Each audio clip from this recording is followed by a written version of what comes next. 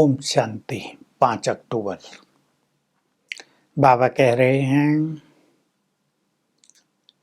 तुम पहले पावन थे, गोरे थे, चलते चलते पतित हो गए, काले हो गए, तमो प्रधान हो गए। वैसा ही तुम्हारा शरीर हो गया, टूटा फूटा। अब फिर से तुम मुझे याद करो तो तुम पावन बन जाओगे। शरीर भी तुम्हें श्रेष्ठ मिल जाएगा, सुंदर मिल जाएगा। याद दिला रहे हैं, तुम सतयुग में थे, सतो प्रधान थे, देवी देवताओं का राज था, तुम्हारा फर्नीचर भी बहुत सुंदर था। बाबा उदाहरण दे रहे हैं, चीफ मिनिस्टर और प्राइम मिनिस्टर का घर कितना बड़ा होता है, फर्नीचर कितना सुंदर होता है। तुम्हारे फर्नीचर्स में तो सोने हीरे जड़े होते थे। मैं फिर से आकर तुम्हें बहुत बड़ा आदमी बना रहा हूँ। बड़ा आदमी माना बहुत बड़े देवता। तुम विश्व पर राज करोगे, तुम्हारे पास अथाह धन संपदा होगी। मैं तुम्हें राज देने के लिए आ गया हूँ, बस तुम्हें पावन बनना है। मैंने ये रुद्र गीता ज्ञान यज्ञ रचा है, अविनाशी रुद्र गीता ज्ञान यज्ञ। रुद्र शिव को कहते हैं। अब मैंने यज्ञ रचा है, फिर इसका गायन चलाता है, भक्ति होती रहती है। तुम भक्ति करते हो, मैं आकर तुम्हें भक्ति का फल देता हूँ। तुम अंधकार से प्रकाश में आ जाते हो, बनाता तुम्हें मैं हूँ मनुष्य देवता। लेकिन तुम मंदिरों में जाकर देवताओं के आगे कहते हो, आप सर्वगुण संपन्न हो, 16 कला संपूर्ण हो, हम तो नीच हैं, पापी हैं, कपटी हैं, रहम करो, दया करो। गाना चाहिए मेरे सामने, गाते हो अपने ब्रदर्स के सामने। बहुत राज की बात बताई, ध्यान देने की है। तुम मुझे बुलाते हो, हे पतित पावन, आकर हमें पावन बनाओ। ये तो हम रोज सुनते हैं, लेकिन मैं आता हूं, तुम्हें पावन बनाता हूं, तब तो बुलाते हो। अगर मैं आता ही ना होता तो तुम मुझे कैसे बुलाते। मेरे बारे में बहुत सारे भ्रम पैदा कर दिए। कोई कहता अखंड ज्योति है, कोई कह देता सब जगह है, कोई कहता नाम रूप से न्यारा है। बाबा कह रहे तुम अखंड ज्योति कह रहे हो, फिर नाम रूप से न्यारा कैसा हो गया। अब मैंने तुम्हें आकर सच्चा ज्ञान दिया है, आऊंगा तो संगम युग पर ही।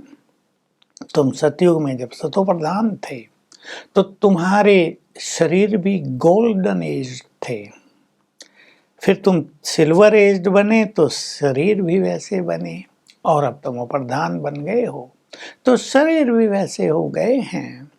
मैं आकर तुम्हें पावन बना रहा हूँ, तुम मेरी महिमा करते हो। मैं तुम्हारा बाप, टीचर, सदगुरु हूँ। मैं ही तुम्हें आकर पढ़ा रहा हूँ। सोचो, मैं तुम्हें सत्य ज्ञान दे रहा हूँ। तुम भक्ति करते आए हो, मुझे बुलाते आए हो, तो पहले मैं किससे आकर मिलूंगा। जरूर उनसे ही आकर तो मिलूंगा जो बहुत पहले मुझसे बिछुड़ गए थे, जिन्होंने मेरी बहुत भक्ति की द्वापर युग से, मुझे बहुत बुलाया, मुझे बहुत प्यार किया, और वो तुम हो। मैं तुम्हें राज देने आ गया हूँ। तुम्हें मैंने राज दिया था, उस कारण से ही तुम मुझे बहुत याद करते रहे। मैंने तुम्हें श्रेष्ठ बनाया था, पतित से पावन बनाया था, बहुत सुखी बनाया था। वहां तुम बहुत सुखी थे, इसलिए वहां मुझे याद नहीं करते थे। सुख में याद करने की जरूरत भी नहीं है। रावण राज में द्वापर के बाद तुम धीरे धीरे दुखी होते आए, अब बहुत दुखी हो गए तो मुझे पुकारते हो, बुलाते हो। तो तुम ही पहले मुझसे बिछुड़े, अब तुम्हारा ही मुझसे मिलन हुआ है, तो अब तुम्हें मेरी मत पर चलना है। मैं तुम्हारे सम्मुख हूँ, तुमसे बात कर रहा हूँ, तुम्हें सत्य ज्ञान दे रहा हूँ जिसकी तुम्हें तलाश थी। अब तुम्हें पढ़ाई पर पूरा ध्यान देना है, पढ़ाई मिस नहीं करनी है। तो इतनी सुंदर बात है, हमारा मिलन हुआ है हमारे परमपिता से और हमारा लक्ष्य है कि हमें अब पतित से पावन बनना है, उसकी श्रीमत पर चलना है। बाबा रोज हमें याद दिलाता है, तुम शांति धाम में थे, वही तुम्हारा घर है, मैं भी वहीं रहता हूँ। रोज ये स्मृति दिलाता है। तुम सतयुग में सतो प्रधान देवता थे, विश्व पर राज करते थे, तुम्हारे भंडारे भरपूर थे, तुम्हें कुछ भी कमाना, मेहनत करना ये सब नहीं होता था। भले राज्य में भेद तो होते हैं, कोई बड़ा कोई छोटा, पर तुम सभी बहुत सुखी होते हो। रोज याद दिलाता है। हमें भी इन बातों को रोज याद करना है। ये नहीं सोचना है कि बाबा तो वही वही बातें सुनाता है रोज, लेकिन वो हमें स्मृति दिलाता है और हमें इन स्मृतियों में आते चलना है। हमारा जो 84 का चक्र है, इसको याद रखना है। बाबा ये बात कहते रहते, आज भी कह रहे हैं कि शास्त्रों में युगों की आयु लाखों वर्ष कह दी, तो सभी को अज्ञान की नींद में, गहरी नींद में सुला दिया गया है। भगवान कब आएगा, लेकिन अब मैं तुम्हारे सम्मुख हूँ, तुम मुझे पहचान गए हो, तुम मुझसे मिल रहे हो, मेरे सम्मुख बैठे हो। बाबा कई बार याद दिला रहे हैं, मैं तुम्हें राज देकर गया था। तो हमें इन बातों का बहुत चिंतन करना है, जो आज भी बाबा कह रहे हैं।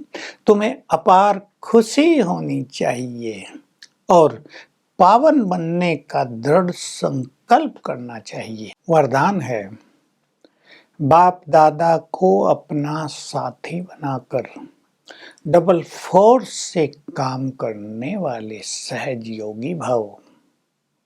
ये बिल्कुल सहज योग की विधि है कि बाप दादा स्वयं ब्रह्मा और सर्वशक्तिवान दोनों हमारे साथी हैं, तो तुम्हारा फोर्स डबल हो जाएगा और कार्य क्षेत्र पर तुम डबल फोर्स से काम करोगे।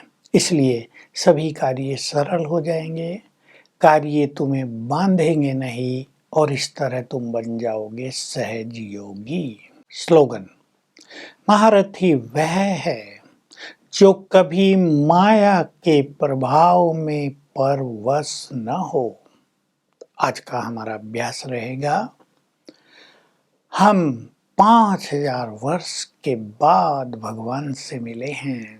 हम ही वो भाग्यवान आत्माएं हैं जिनका भगवान से मिलन हुआ है। ये चिंतन करते रहेंगे और बाप दादा साथी हैं, अर्थात मैं शिव शक्ति हूँ और सर्वशक्तिवान मेरे सिर के ऊपर छत्र छाया है। ये अभ्यास करेंगे और साथ साथ ये नशा भी रहेंगे कि दोनों हमारे साथी हैं। तो बहुत सरलता होगी जीवन में, कोई विघ्न नहीं आएगा। ओम शांति।